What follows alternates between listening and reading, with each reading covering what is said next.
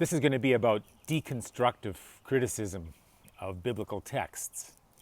I want to give sort of a rough definition of what it is in the context in which it developed.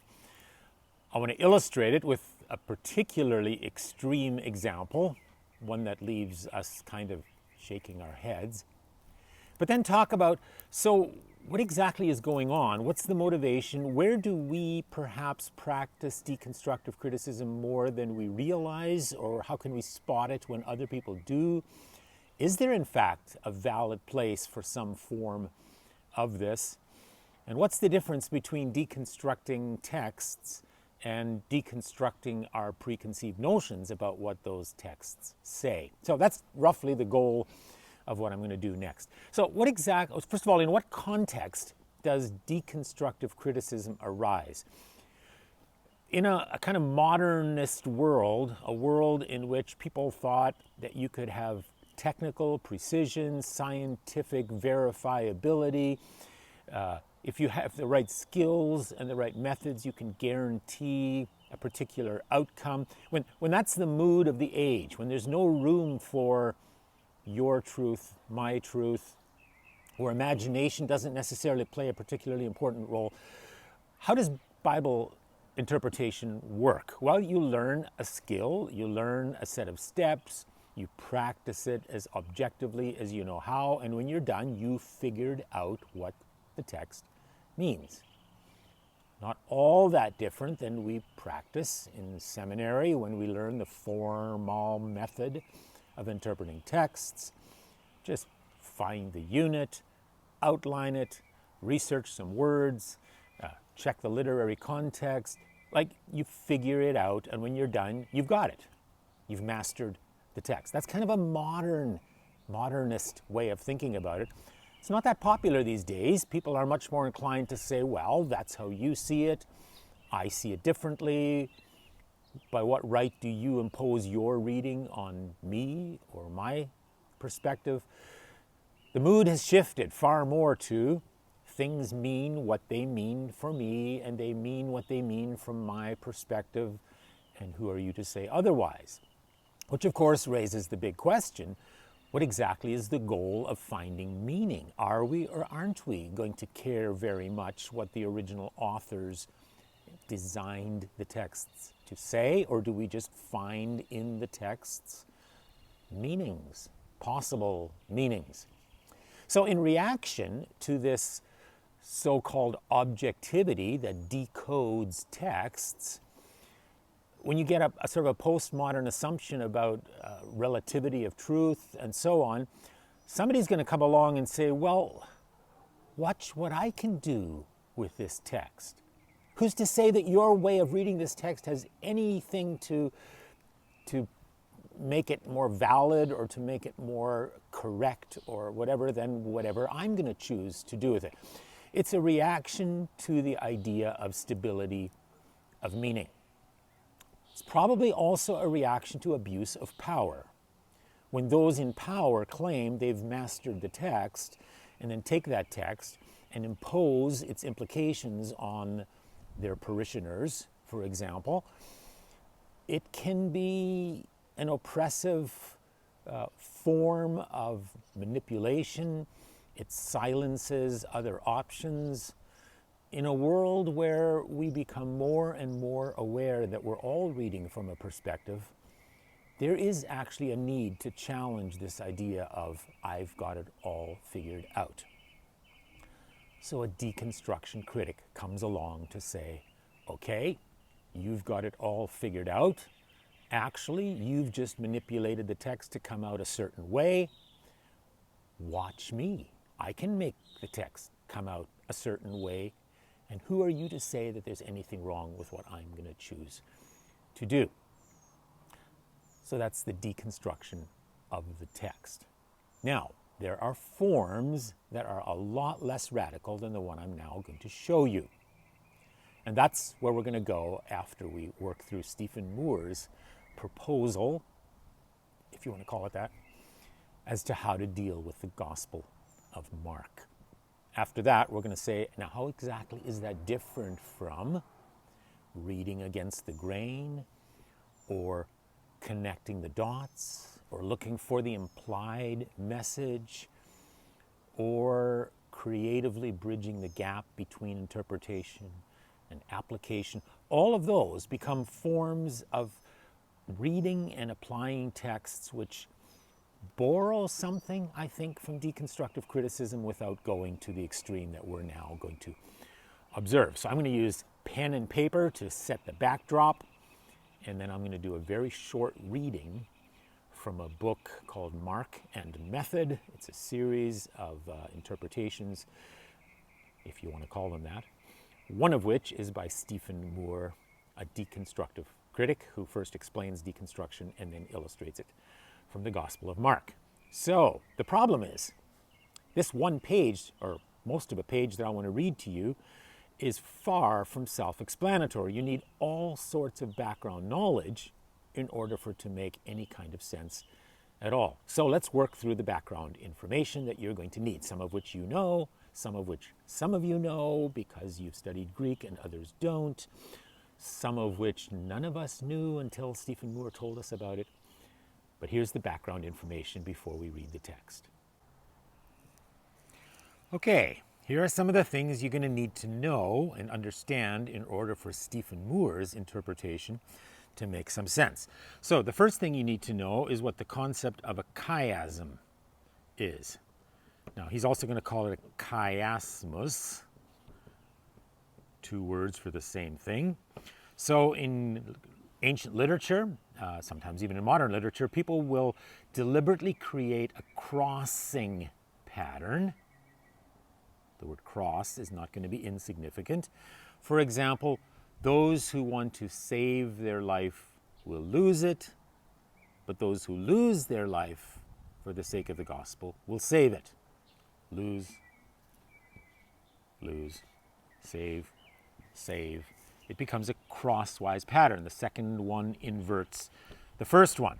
So this letter of the Greek alphabet is called the chi. Sometimes we say he. I'm going to go with chi for this particular presentation because it helps with making some of the connections. So you can see that a chiasm uses the chi letter of the alphabet, which is shaped like this. Now, in Christian symbolism, the cross would become a form of a chi. It crosses. Well, it so happens that there's a verb connected to this called chiadzein, or chiadzo, you could say. And there's a noun that comes off of that as well, which is chiasma. So this means to cut. So if you have a line and you cut it in half, then of course you can make a chiasm out of it. You can cross with it. So if you cut wood, now you have a cut of wood, a piece of wood, and you can make a cross. All right? So that's the first thing we need to know. Stephen Moore is going to be talking about the cross. But he's going to be talking about the cross in relation to a chi. Now, look at the word chi and see if you can think of an anagram. Anagram is when you rearrange the letters. Okay? So, not such a well-known word, but the word ich. Okay, you don't know that. It's in English. It's not an English word. It's a German word, but it's a really significant German word. It's the German word that means I. Okay? It's the one that Freud, and he's going to playfully refer to Freud by saying that it's not accidental that Freud shows up in this particular reading. So Freud uses the word ich in his psychology, and when he uses the word ich, guess which word the English interpreters use? It's the word the ego. Okay, some of you who are Freudian scholars, you know exactly what we're talking about. So there's the ich, there's the ich, and I don't even know the German terms for Freud, but in English, the ego, the id, the superego, etc., etc. So the ich is the ego. Except ego isn't an English word either, any more than chi is, or ich. Ego is actually a Greek word, which means, Greek scholars, I. So the Greek word for I is ego. Freud used the ich. English translators can translate that as I, or more often as the ego. Well, the word ego has a bit of a negative flavor to it, because if you've got a big ego, then you're a self-centered sort of person. So how does that relate to the Gospel of Mark? Well, in the Gospel of Mark, there's a very clear set of teachings that the thing that really needs to go is the ego. I wasn't trying to do a word play on the word go in that sentence, but one could do it in the style of Stephen Moore. So the ego needs to go. As Jesus says, I didn't come to be served, but to serve.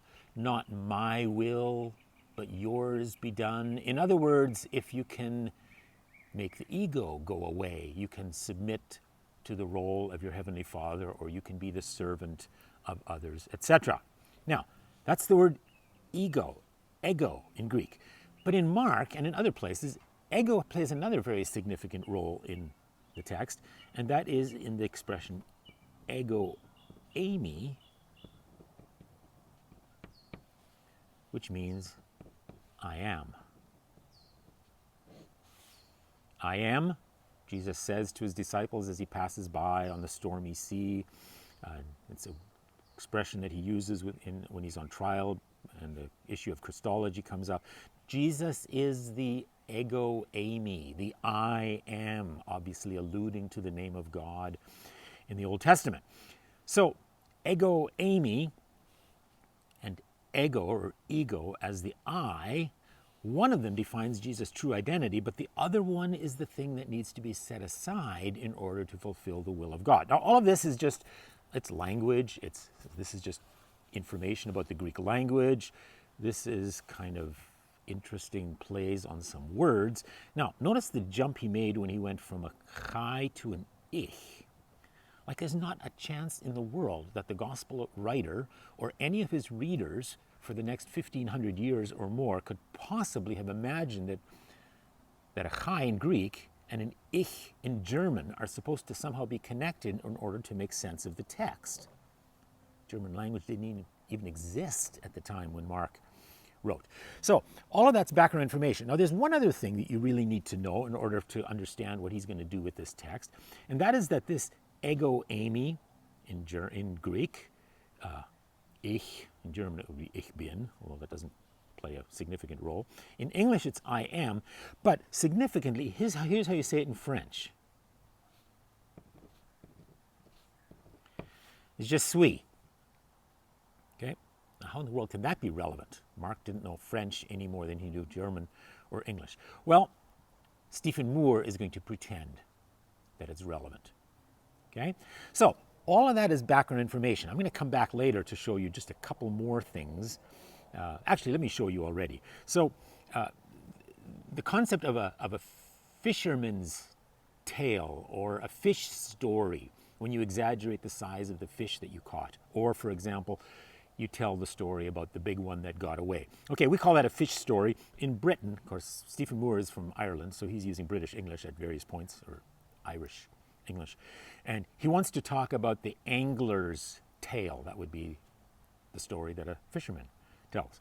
So first of all, he's going to use the word tale, both of these ways, in the same sentence. Okay, the story, the tale. Okay, but the fisherman, the angler, is going to be spelled like this.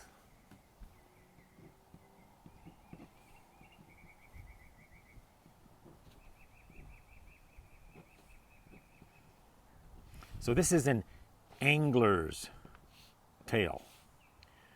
But how would we read it if we add the additional letters? It's an evangeler's tale. Mark, of course, being the evangelist.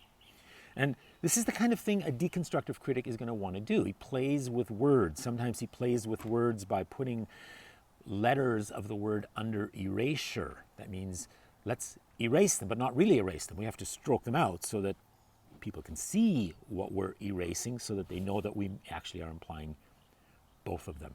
All right. All of that is backdrop to the reading of the text. So let me now read the text, or at least part of the text. Here we go. A cross is also a chiasmus, a crosswise fusion in which the order established in the first instance is inverted in the second. For example, whoever would save their life will lose it. Whoever loses their life will save it. It's inverted. Central to Mark is the fact of the crucifixion. Now, this is how he spells crucifixion.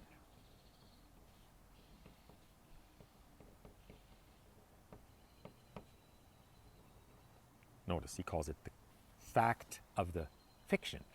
Central to Mark is the fact of the crucifixion, a fiction structured like a cross, or chiasmus.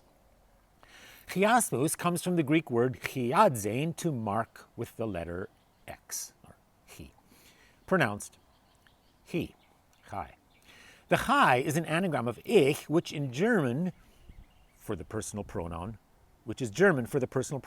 I, and the technical term in Freud, whose appearance here is anything but accidental, that English translators render as ego. And Jesus, who identifies himself to his terrified disciples in Mark 6:50 with the words ego eimi, I am, or it is I, himself possesses a name that is an echo of the French je suis, I am. The single superfluous letter being the I. Watch. That's the single superfluous letter, and what do we now have? From je suis, we get Jesus. That was my commentary. That's not what Moore wrote. Let me read Moore once more. Jesus himself possesses a name which is an echo of the French je suis, the single superfluous letter being the I, or the ego, which is thus marked out for deletion. Father, not what I, ego, want, but what you want. That's one paragraph. To be marked with the X, the cross, is painful. For chiadzein also means to cut. Sorry, the wind's blowing away here. Another meaning of chiasma is a piece of wood, and the chiasma on which Jesus writes is a lectern. Lectern, like a writing platform or something like that, except the word writes in Moore is written like this.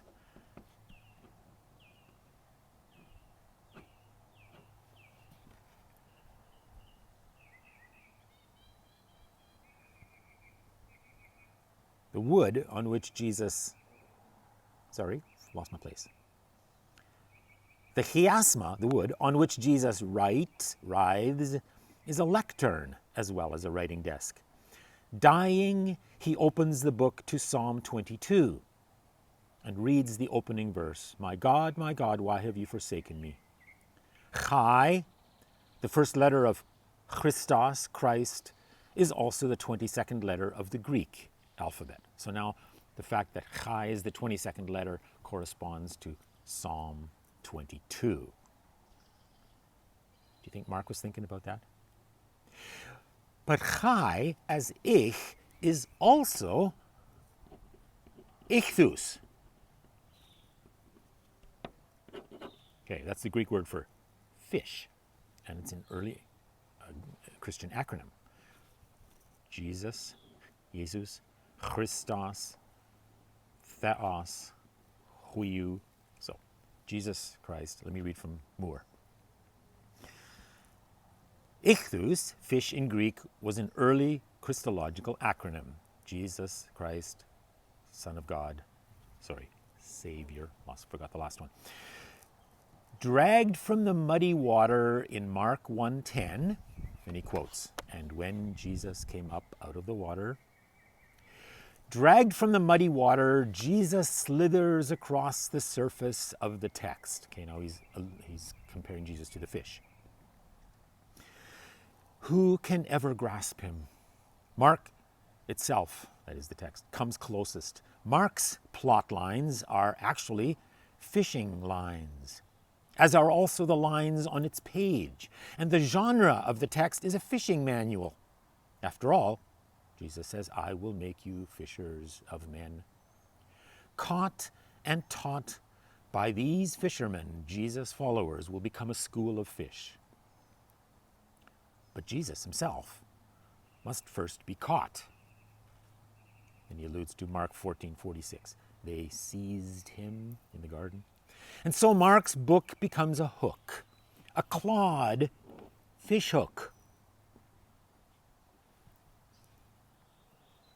From the four sharp corners of its page, Jesus, the ichthus, fish, dangles, gasping for air. At the end of the narrative line, Jesus writhes helplessly. You can see a fish dangling from a fishing line. His tail thrashes furiously as the climax approaches, but he is not yet in the net. As fish, Jesus will never be eaten. Notice that at the Last Supper, which is not a fish supper, wine replaces the fish from the feeding miracles. Jesus can be eaten only as bread. In short, Mark is a standard angler's tale, evangeler's tale about the one that got away. He is not here. Look, there is the place where they laid him. Okay, it goes on for a little longer in just that's one page of Stephen Moore in which he's combined all of that, making all sorts of connections that the gospel writer could never have imagined. But what did he accomplish in the process? How terribly wrong is his focus on the meaning of the text in Mark? Think about it for a minute. Mark's gospel teaches the disciples how to become good fishermen. It teaches us that Jesus needs to chooses, in obedience to his Father, to put aside his own self-interest, his ego, for the sake of giving his life for others. Mark's text has the kind of subtlety and openness that could well be, by analogy, compared to some of the allusions that he makes in the text. Now, to get there, you don't have to go from anagrams to German to Greek to English to French and wipe out letters and suddenly. So part of it is just really quite clever and maybe also really devious. Look what you can do to a text and make it come out however you want it to come out. So I'm going to put aside my papers and then we'll spend another 5, 10, maybe 15 minutes talking about some of the implications of this way of reading. So that was a bit of a taste of Stephen Moore. Stephen Moore himself had been a Catholic monk, got a good education, wrestled with his own faith, and he tells in one place that the most terrifying and the most exhilarating day of his life was the day he decided to turn back on his vows and just walk out and walk away from it all. He's now a professor at a prestigious university. His mission in life, it seems, is to challenge abuse of power. And in part, that abuse of power is people who think they've got the text all figured out and can impose its meaning on other people. And he's about to dismantle that. He'll read texts in ways that take away the ability of others or the text itself to impose a meaning that can be oppressive to other people. So he ends up sticking up for the underdog in lots of ways. Now, obviously, it sounds more like a spoof, perhaps, or certainly as a bit tongue-in-cheek when he does the kinds of things he did in the text that we examined. But he's also onto something. He's doing an extreme form of pulling the curtain back and helping us to see what actually sometimes does go on when people manipulate texts. Truth is, I've been fairly shocked sometimes to see how well-meaning people can take a text and make it come out in a way that just seems so obviously wrong to me, because my perspective, my theological perspective, is just so different than the person who's supposedly being objective with the text and comes out making it say things that I just left shaking my head. And I have little doubt that they're left shaking their heads sometimes when I interpret texts. And Stephen Moore is about to expose this myth of objectivity. So where is there a place for some forms of deconstruction that are less radical, that actually do a constructive service? First of all, I want to make a distinction between deconstructing texts and deconstructing interpretations of texts. It's a fine line. Sometimes it's a blurred line, probably actually a huge gray area between the two. But there are times when our goal is clearly to understand texts appropriately, but the only way we can do it is first expose the way those texts have been inappropriately interpreted. Show what doesn't work about some popular ways of reading texts in order that we can provide a better alternative. Now, this is risky business in the church. If you're a preacher or a teacher and you make it your mission to convince people that the things they learned in Sunday school should all be questioned, or the things they read in their translation of the Bible is probably not faithful to the Greek, you're not going to quickly win a following of people who trust you. In other words, you better have a lot of people who trust you before you should risk even starting to go down that road, unless you can make a really, really both good and helpful case for another reading of the text. I do some of that. I hope I do it in the right places and in the right ways. In fact, I collected quite a few sermons and Bible interpretations that challenge traditional readings. And over the years, my students often says, when are you going to collect them and put them in a book? And so I finally did that in my book, Double Take, where there's quite a bit of deconstructing previous interpretations of texts. But that's not the same as deconstructing texts. I'm not trying to make the texts say something they weren't designed to say.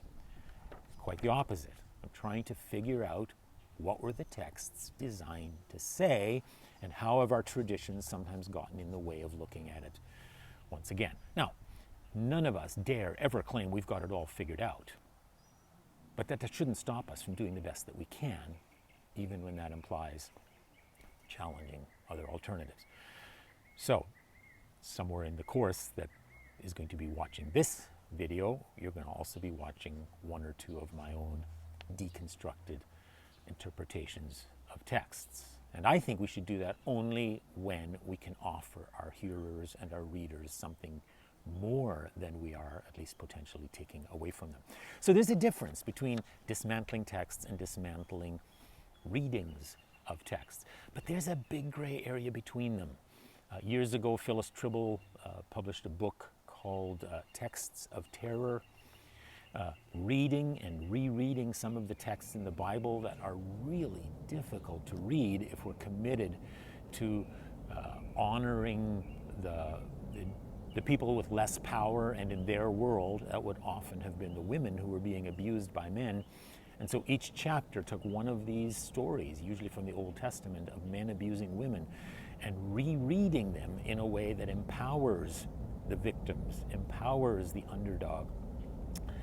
Well, it's hard to do that without challenging more than just the way these texts have been interpreted. Sometimes you're reading against the grain of the text itself. At its best, it might be, what might the authors have said in a world that was less patriarchal and less abusive? But sometimes it goes into, what should the author have said if only they had got their ethics straight? And then you end up critiquing the text. So where does deconstructing interpretations stop, and where does deconstructing texts start? Another gray area is, when are the texts actually designed for more than one meaning? Designed so that they can mean different things in different contexts. That tends to be what narratives do. That's what parables can do. They can challenge different people in different ways by design. And sometimes the texts in the scripture really have an open-endedness to them that was designed by the author. I've written an article on the Christology of Mark where I'm making the case. I'm arguing that Mark wants the reader to connect the dots. He alludes to things. He makes echoes of Old Testament texts. He tells the story with a certain ambiguity, and then he invites the reader, all right, if you have ears to hear and if you have eyes to see, can't you notice something here going on? Usually to do with the Yahweh Christology, as I call it.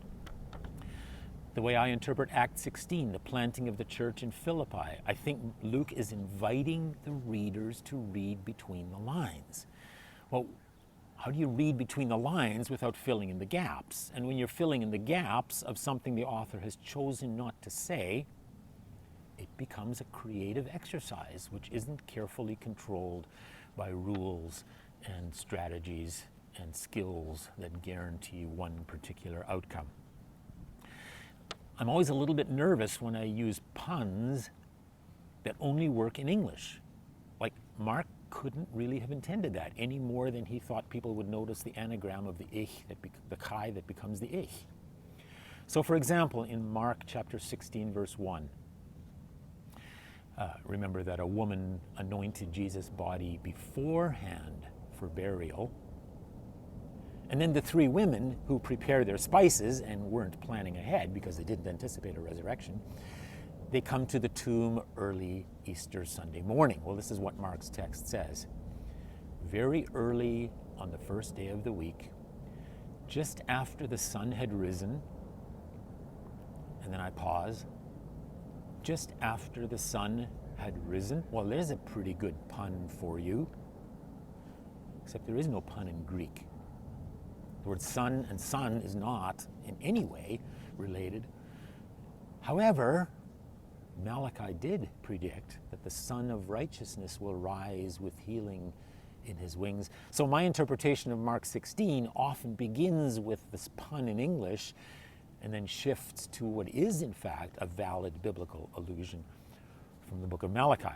So do we or don't we expect our readers to know when we're putting into the text something the author never intended? Most of us are not particularly troubled when our young children believe in a tooth fairy and in Santa Claus and in the Easter Bunny. That's okay, it's good for their imagination, we tell ourselves. Well, is it okay if our children believe that the animals that gathered around Jesus at his birth could talk the way we make them do it in our Christmas plays?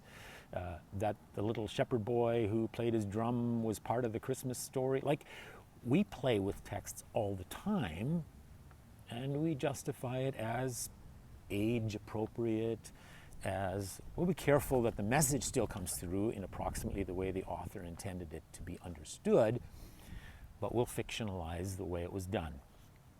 It's not all that different than what Stephen Moore does for adults, is it?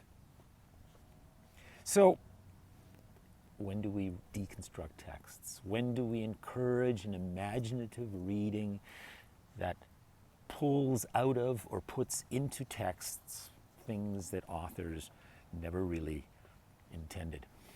Sometimes it's not so much that we put it in the text as it is that we impose the application directly into the text. I can easily imagine a preacher paraphrasing Jesus saying to his disciples, "Listen up. If you have ears to hear, let him hear." That's what Jesus says. So what's he telling them?